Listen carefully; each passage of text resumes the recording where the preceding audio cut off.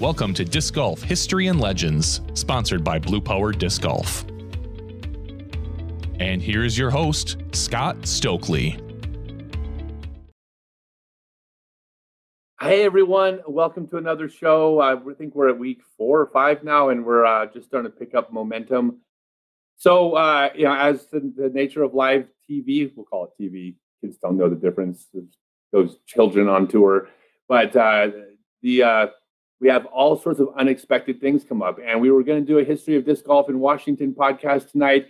We're going to be postponing that again because one of our really special guests isn't able to get on, but we are going to do Washington. You have my word. So I want to give a quick introduction about this podcast. I'll probably do this every show. I think it's essential. And the idea here is that I want to capture the history of our sport. I mean, this is going to be low budget. There's not any editing. There's not going to be any, old video footage spliced together, right? But what I'm going to do is I'm going to be talking to the people that are part of the history of this sport. And I plan on doing this for at least a couple hundred episodes. I'm going to do one for every state, every country, manufacturers, famous tournaments, organizations. And one of the things I want to do is talk to the legends of the sport. And I'm hoping that by focusing an hour of our time on a specific narrow topic, that we can get way more in depth than we could if Ken Burns did one of his silly little 9-hour documentaries about disc golf, or 9 or 18 hours, however many it is. This is going to be the most comprehensive thing in the sport. So before I get to our guest tonight, please stick around. You guys, this is a treat beyond words. It's such an honor. Before that, I want to share again my ulterior motive for starting this podcast is that I am running a series of Blue Power disc golf events. I have 4 events coming up. Now, these are traditional PDGA disc golf tournaments. Come out 100% payback in cash for pros, 100% payback in prizes for AMs, CTPs, ASPO. They're traditional disc golf tournaments. One division or some divisions play Saturday, some divisions play Sunday. At these events, the Blue Power part of this is on Saturday afternoon. There's going to be a free disc golf class for any adult or kid out there with special needs. So if you are in the community where I'm going to be in town for, and you know anybody with autism or Down syndrome or blind, paraplegic, CP, ADHD, kid or adult, bring them out to the free disc golf class. Everyone that comes out is going to get a golf disc just for having the courage to give our sport a try. And we're going to introduce disc golf to families that could really use an activity the family can do that doesn't cost money, where they're going to be surrounded by the best humans on earth. And those are fighting words. Anybody wants to argue that disc golfers aren't the best humans on earth, fighting words. So that's why we're doing this. Now, boy, I just can't wait any longer. Let's bring our guests on, and then I'm going to give an introduction that I'm probably going to cry during. But for those of you out in the Midwest, you'll recognize Bill, I'm just going to go by nicknames, Old Man Wallace and Mom Wallace. How are you guys doing? Fine. Doing fine. Thanks, Scott. All right. So ready for the, you guys are so humble. Part of you isn't going to like this introduction, but this is something that's really important. So I'm actually going to start your introduction just for a moment to talk about myself, because this is relevant to the role you guys play in our sport. So a little bit of trivia about me is that I was the first professional disc golfer to buy a house playing disc golf. Now, I didn't do it through prize money, obviously, not back in the 90s, but between sponsorship and endorsements and merchandising and being out a disc golfer, I actually became middle class. Now, coming from the early days of disc golf, the idea of a disc golfer becoming middle class is absolutely, it was unheard of. Now, the way that happens is not because of me. It wasn't my magnetism that made all this happen for myself. It happened because there were people putting disc golf courses in the ground.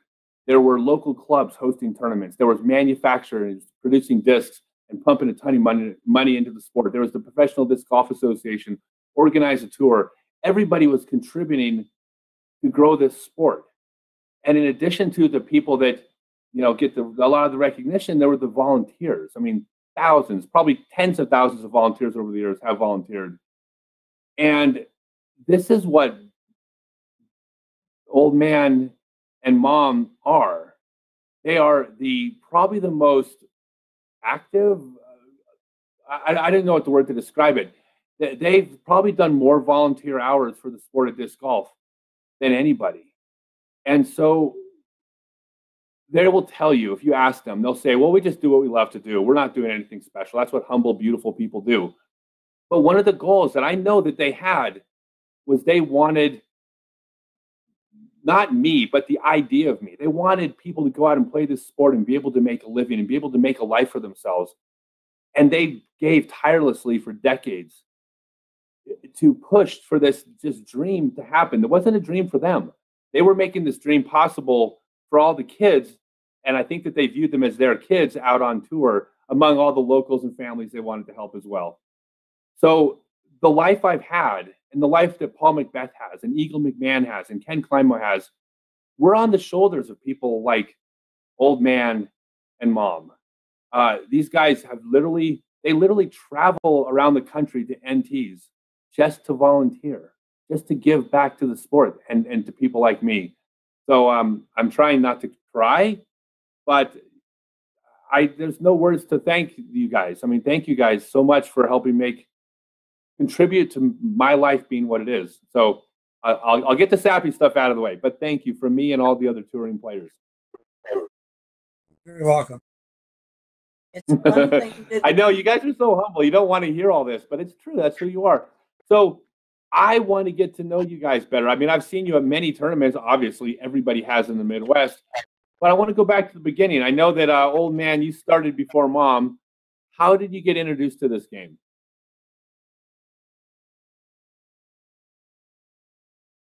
Hey, Wilbur, in January. There were no stores that sold discs around here, but he found one and gave it to me for my birthday. Don't want the kid to feel bad, so I go out and I throw it once in a while. Didn't take long, and I was hooked. Loved the game. Terrible player, but I loved the game. You have a reputation for being as bad at disc golf as you are as good of a human, and you're not ashamed of it.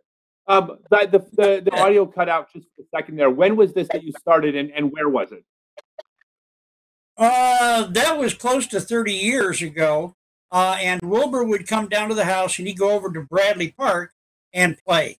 Well, I love to hike, so I would go over and hike the course with him, and then he bought me this plastic disc. So I had to throw it once in a while with him, and got to be playing quite regularly with him.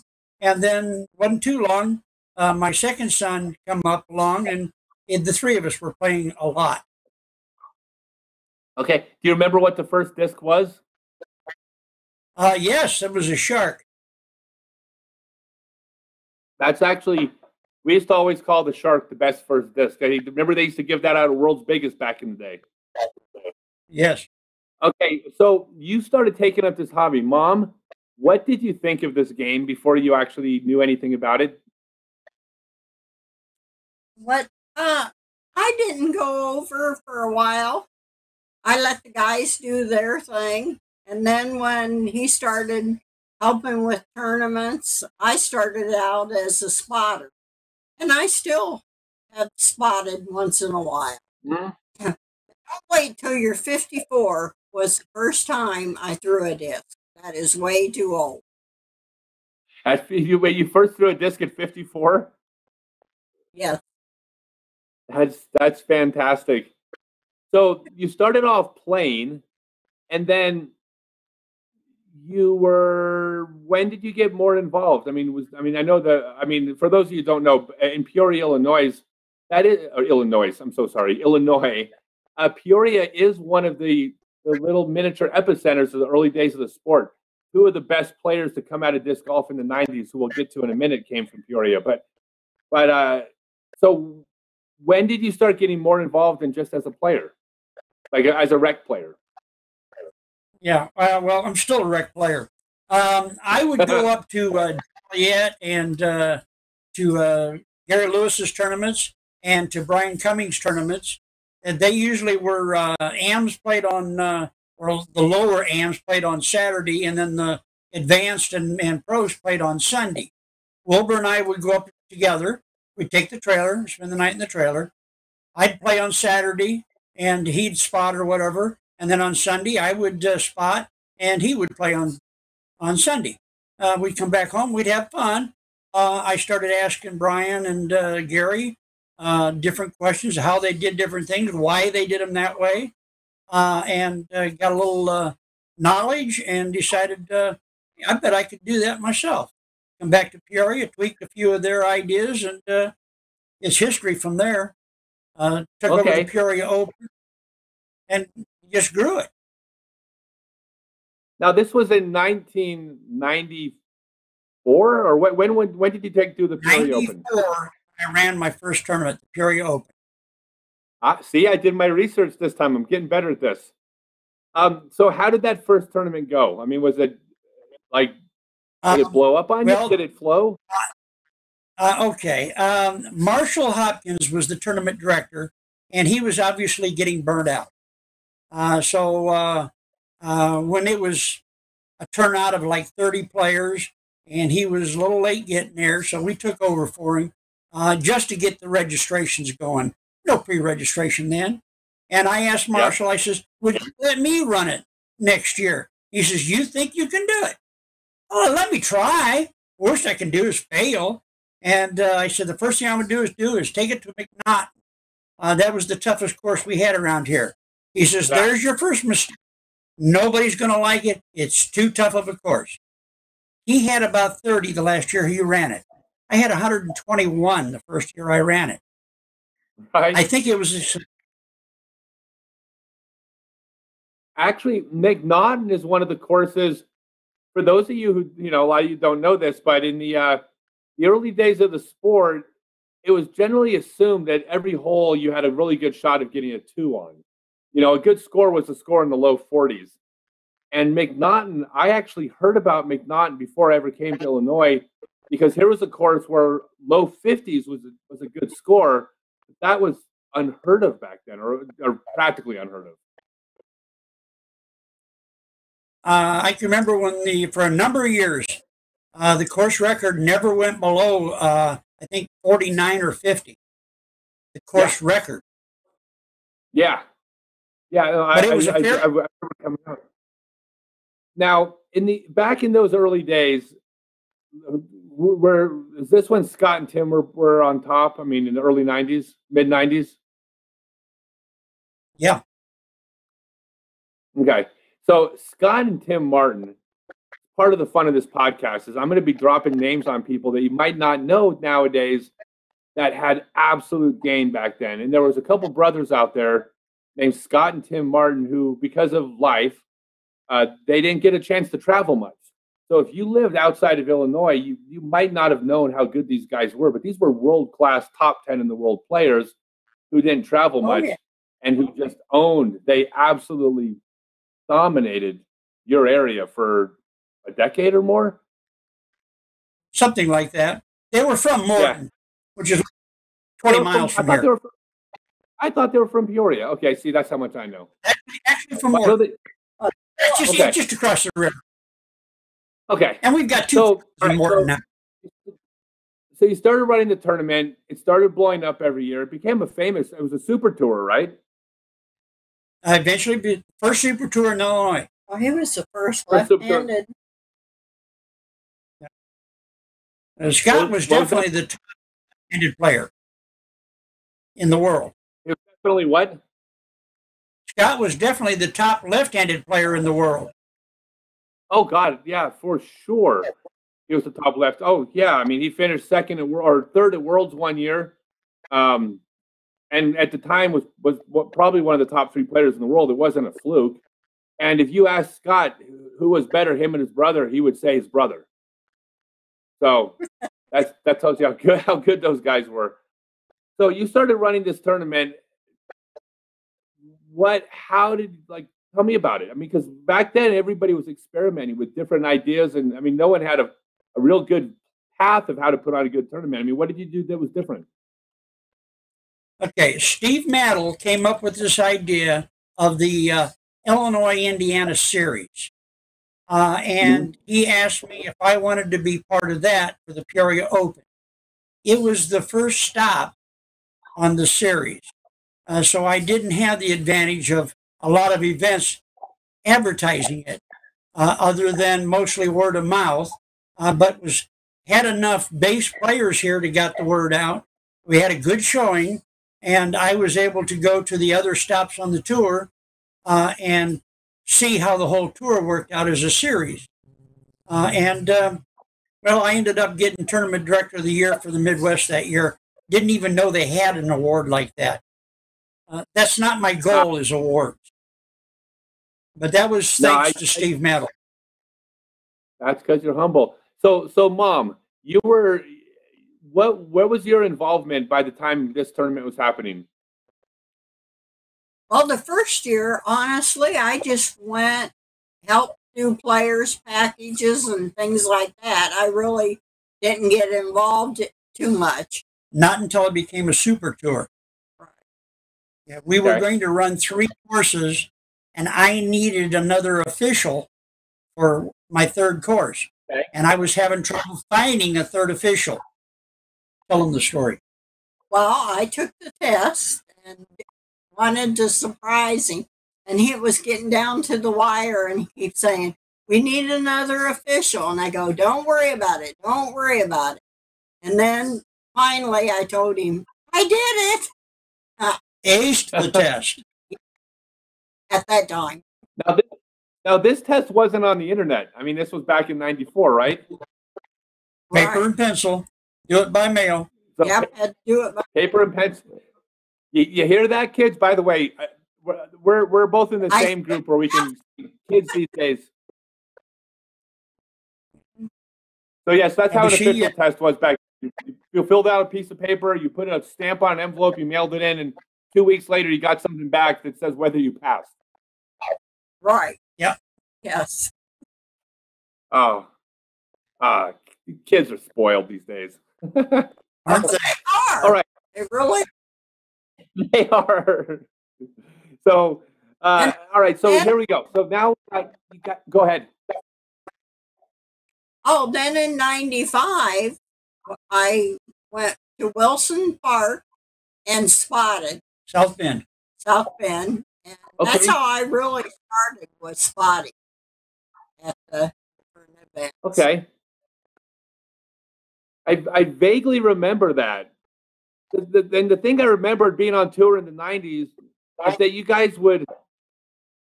The way it worked back then is that you would see the friends when you came to town, but you didn't typically see, other than touring players, you saw people in their town.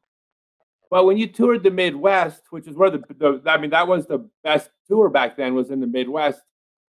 Like, you guys would just pop up at random places. Yes.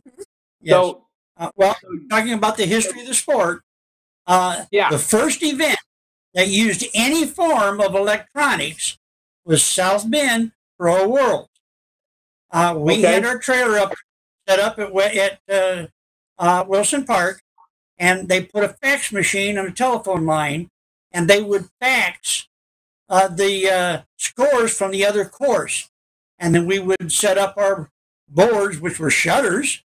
We didn't have the scoreboards. Yeah. We would hand fill out the papers and put them in the shutters for our starting lineup for this next round. And then we'd get our round finished up, and we'd fax our scores over to the next part. Yeah, you know what? I mean, I remember before those days at tournaments, nothing happened in real time back then.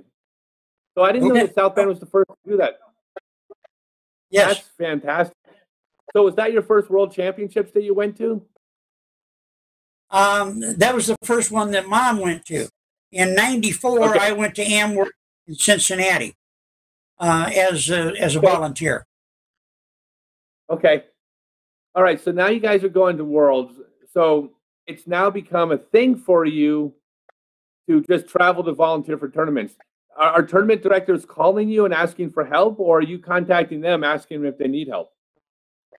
No, they call us. Well, it went both ways. At the beginning, before 2004, it was usually we were planning on coming to your event, can we be of any help? We used disc golf as an excuse to go to an area we hadn't been. We would go early by a few days, do a little sightseeing, then help them out with the tournament and come home and have a blast. But we would ask them if we could be helped because we were going to be there anyway. And usually they says, well, yeah, sure, we'll take all the help we can get. But then in 2004, Becky Zalik put us on the map. She let tournament directors know after 2004 that you're bringing tournament course directors in from out of town. This is the way you treat them. It's the way she treated us. And that is the standard now. And really? And then, wait, now, what is this again? Pardon? The standard, yeah. She set the standard. But who was it that said it? And the tournament would pay for our hotel. And that made it possible for us to go to a lot more tournaments. It wasn't a prerequisite that our hotel be paid for. But that means we could do more tournaments because we didn't have to take as much money out of pocket. We're not rich people. We did it, paid for our own way always until 2004 when Becky convinced other tournament directors to pay for your out-of-town staff, pay for their hotel. Gotcha. Okay. That's beautiful. So, all right. So before we go any further past that point, let's go back a little bit. Who were the people that were involved in helping you run the tournaments back then? I know Wilbur was involved, but let's give some shout outs. Who else was the big contributors with you guys?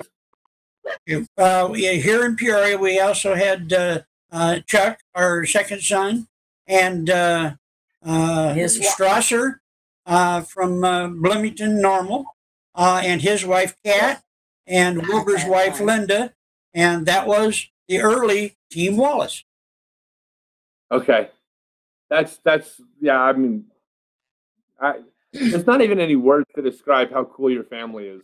I mean, it's just, and there's some families out there. There's the Jenkins, there's the Jerezes. I mean, there's some famous Frisbee families, but you guys are up there on the Mount Rushmore of famous Frisbee families, I think.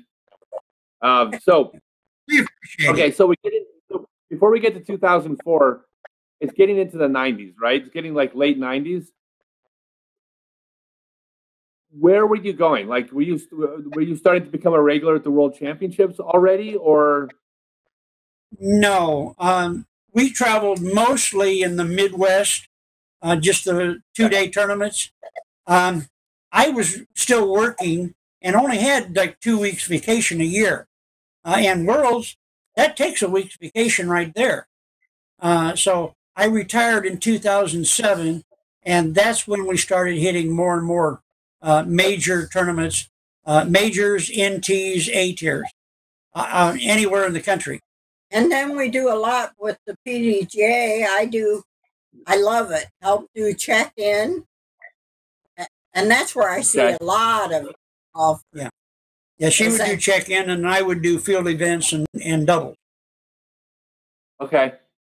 Now, at what point did you start going to tournaments and people started to recognize you? Like, people that you didn't know were recognizing you guys as being icons. I mean, at some point that happened. We had no idea what kind of effect we were having on disc golf. We had a son that lived in Jacksonville, Florida, and we went down there on vacation one year to see him. And we went over to the course there by the racetrack, behind the racetrack, to have a casual round, just the two of us, and have a little fun, enjoy it. And somebody from the other side of the course saw us and yelled at us, "Mom and old man." He'd been up to Peoria to play the Peoria Open. That was Mike Barnett. Okay. Now, one of the things that I'm guessing, I don't want to put words in your mouth. When you see the top pros out there, I mean, do you look up to them as like the top pros in the sport you love? No. No? There are friends. When somebody would ask us, who's your favorite for this tournament? We don't pick favorites. They're all friends. We want every one of them to win if possible. That can't happen. Yeah. So rather than cheer for anybody, we wouldn't cheer for anybody. Wow, that's really, really, really cool. Yes. Some of So them cool. have become quite close friends. Yeah. Well, the reason I was asking is because all the top players know you guys, right? I mean, if you see Barry Schultz, he comes up, gives you a hug, right? Oh, no, that's Mom's buddy. That's my buddy. Yeah. If he for sure doesn't walk by me when we're at a tournament, I would be heartbroken if he didn't come up and give me a hug. That's just him. Yeah. When he sees me, he has to give me my hug. He's I love that you guys weren't. Oh, I love Barry like a brother. So, all right. So now you're traveling around. Now you guys are becoming famous, also, right? I mean, whether you want to believe it or not, you are, and you're getting admiration. I mean, you're getting praise. You're getting thanks. I mean, does that? And I'm asking into the minds of just humble people. When people praise you for what you do, does it just wash off you because you're just doing what you love, or does it really feel like, you take it to heart? It's all about us having fun. If we weren't having fun, we wouldn't do it. The praise, the pats on the back, they're nice, but that's not why we do it. It's all about us having fun. But we do appreciate all of the congratulations that we get, and a couple of awards we picked up along the way too. They're nice, but that wasn't the reason. Okay. Well, what about watching the sport? Go ahead, Mom. I said they are very special too. The several of the awards we've gotten. Now, what about the sport itself? Because, what do you guys think when you see the sport from where it was when you started to where it is now? I mean, what do you think of that? Oh, it's really growing. I love it.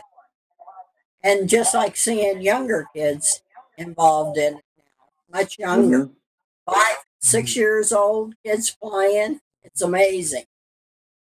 When I first got involved in it and was looking for sponsors, any company that I hit, the first thing I had to do was explain to them what disc golf was. Yep. And I had sponsors that repeated year in, year out. And it was easier every year when they repeated, because that means I was time I could spend with a new sponsor and explain to them what disc golf is. Right. Well, now, or the last time I was out looking for sponsors, I would hit a company up and they say, "Oh, that's a fantastic sport. My son plays, my wife plays, my grandmother plays." And those things just blow my mind how it's become. Everybody knows what the sport is now. Yeah. Now, do you guys take? Oh, go ahead, Mom. I said, even you go to doctors, and you go to a doctor's office now, and they go, "Oh yeah, disc golf, yeah." Yeah, that's been one of my favorite things that I've got to see over the years too. Do you guys take pride, because whether you want to believe it or not, you are like many people, you are part of the reason why this sport has become what it is. Do you feel a sense of pride at that you were a part of it, or do you just look back and watch? Very definitely have pride in the things that we've accomplished. I wish my dad and my mom were aware of some of what we've accomplished just because of the love of the sport. My mother knew what we did, but she would never go out to an event. And my dad passed away before we got involved in disc golf. But I know he'd be proud of us. Wow, that's just fantastic. So let's back up just a little bit. I want to hear about some of the events you've been to, because once you were able to travel to more events, like you guys traveled to the events. you didn't just go to an extra NT a year. You were like traveling to as many as you could, right? A few years ago, we did 11 tournaments in 1 year. And that was, we were starting to slow, we're saying we had to slow down. The year before, we did, I think, 9 or 10. And we says, we've got to slow down. We're getting older, and it's getting harder to do this. So the next year, we did 11. Well, we did slow down. Last year, we did, I think, 7. And this year, it may only be 3 or 4. Okay. So I got a question mostly for Mom. Well, for both of you, but mostly for Mom. So back in 1994, there weren't a lot of women that played disc golf. No. Very few. Very few. Now the women's division is. Go ahead. I think at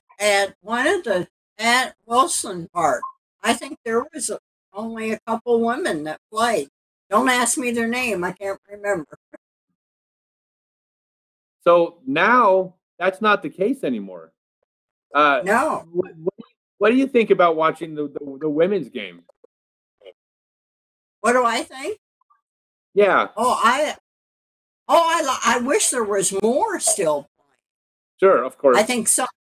And honestly, we ran the women's for U.S. Women's Championship. And that's what I would rephrase that question.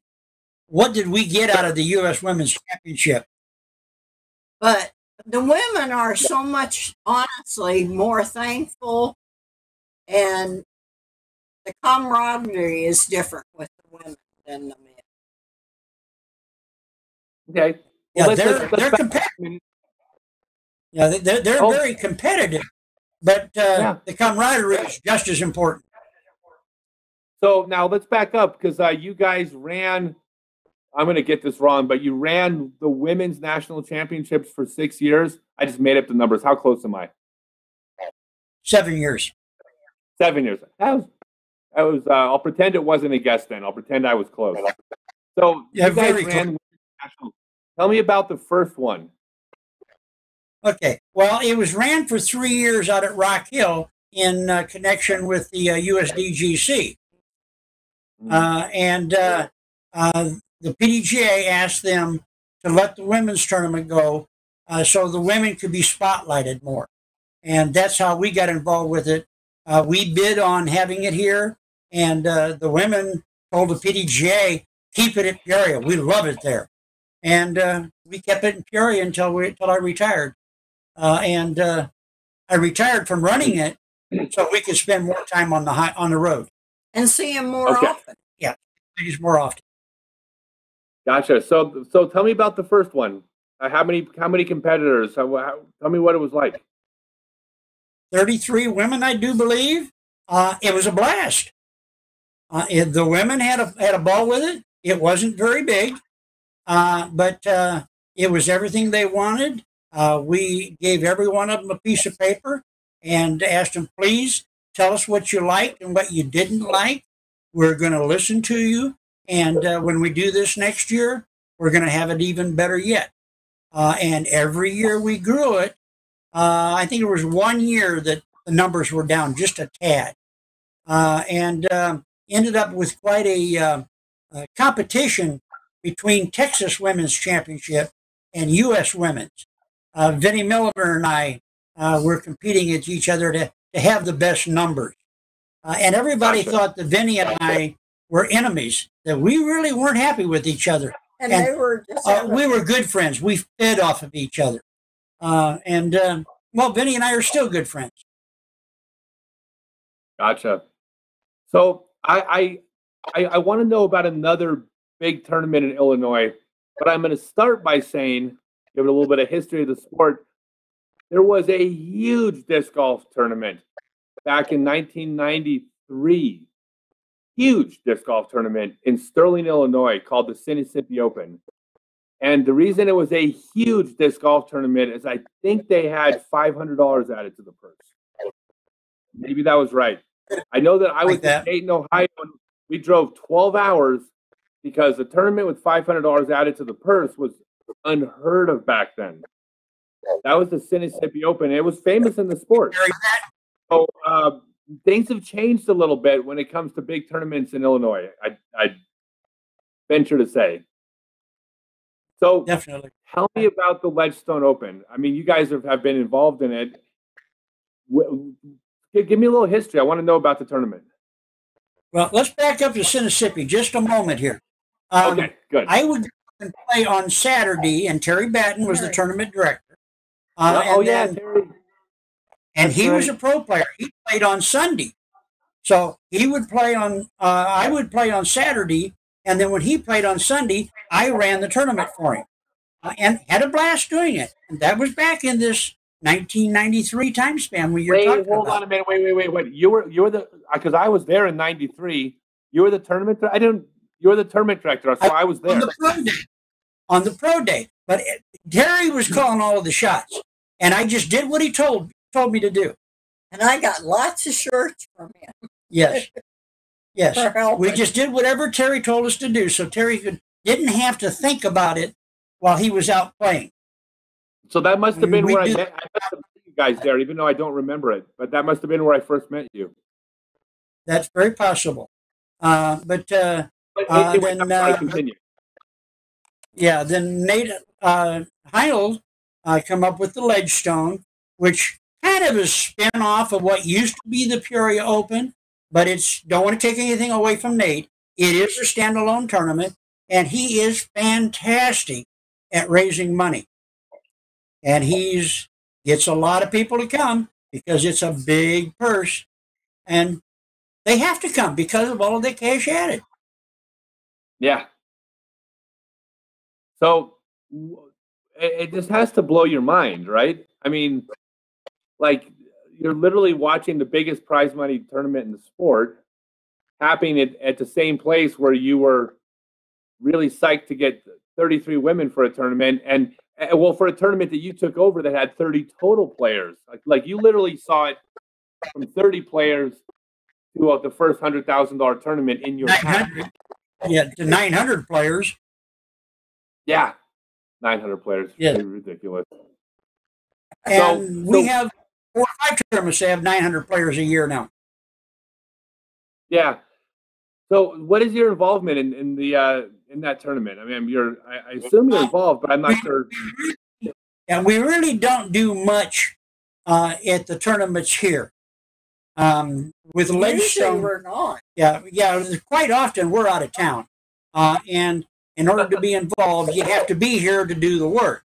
But generally, we'll show up at check-in, and with Ledgestone, his people he had doing check-in, they asked for a little help, so we pitched in and do it. And that was because of who was doing check-in. We did it for them. And if they hadn't asked us, we wouldn't have done it. And it was that simple. Just helping our friends out. So I want to put you guys on the spot a little bit, and I want both of your opinions on this.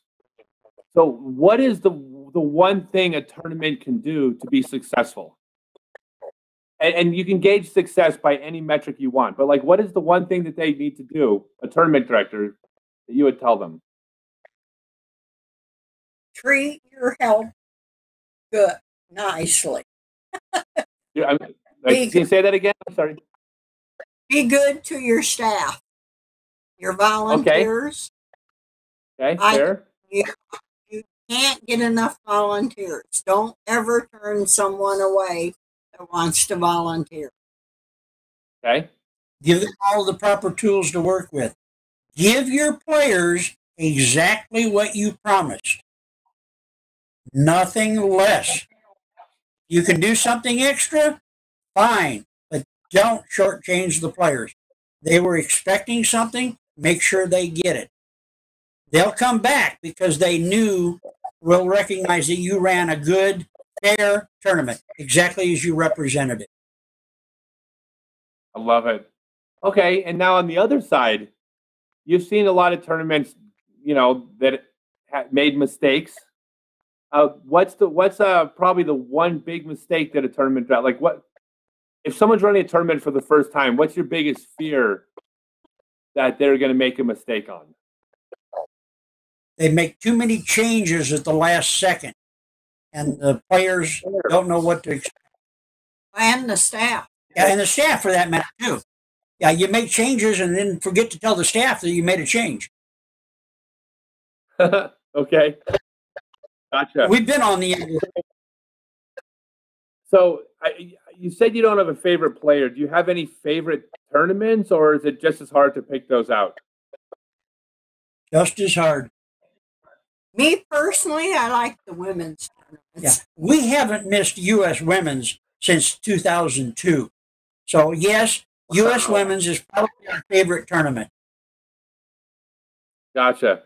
So, and do you have to love where the women's game has come? I mean, how good they are now. I mean, it's ridiculous how good Katrina and Paige. I don't want to start listing them because then I'm going to leave out so many good players. Right.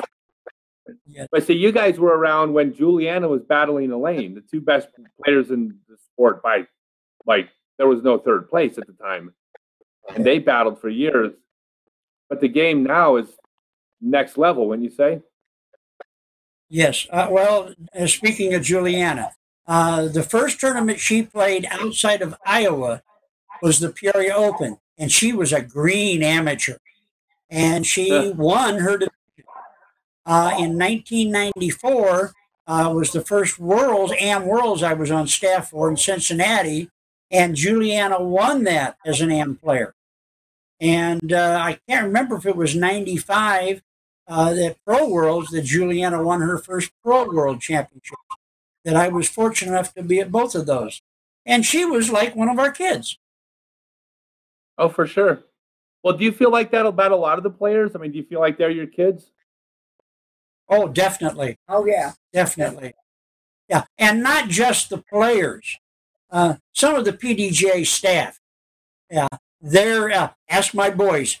Yeah, they're as close to us as the family is. Wow. And again, I don't want to pick names. I'll let somebody out. Somebody will feel slighted. And I don't want them to do that. Okay. Totally fair. So we'll kind of wrap this up on a couple, just throw them out there questions. Do you guys, either of you, have any go-to stories? I mean, you're getting together at a disc golf barbecue. Like, do you have any stories that you just usually have to share? There's one that I've shared a few times, and it's a Barry story. We were spotting at the USDGC hole 18. We did that every year for 6 or 7 years. And Barry would come through playing hole 18, last hole, and he would stop. He'd give Mom the hug. He'd wave at me on the other side of the fairway, and then he'd finish his hole. Well, he didn't stop and give Mom her hug, and he missed his putt. And before he even went to scoring, he went back over to Mom, and he says, "I hurt myself. I didn't give you my hug, and I didn't make my putt. That was his fault." Shame on him.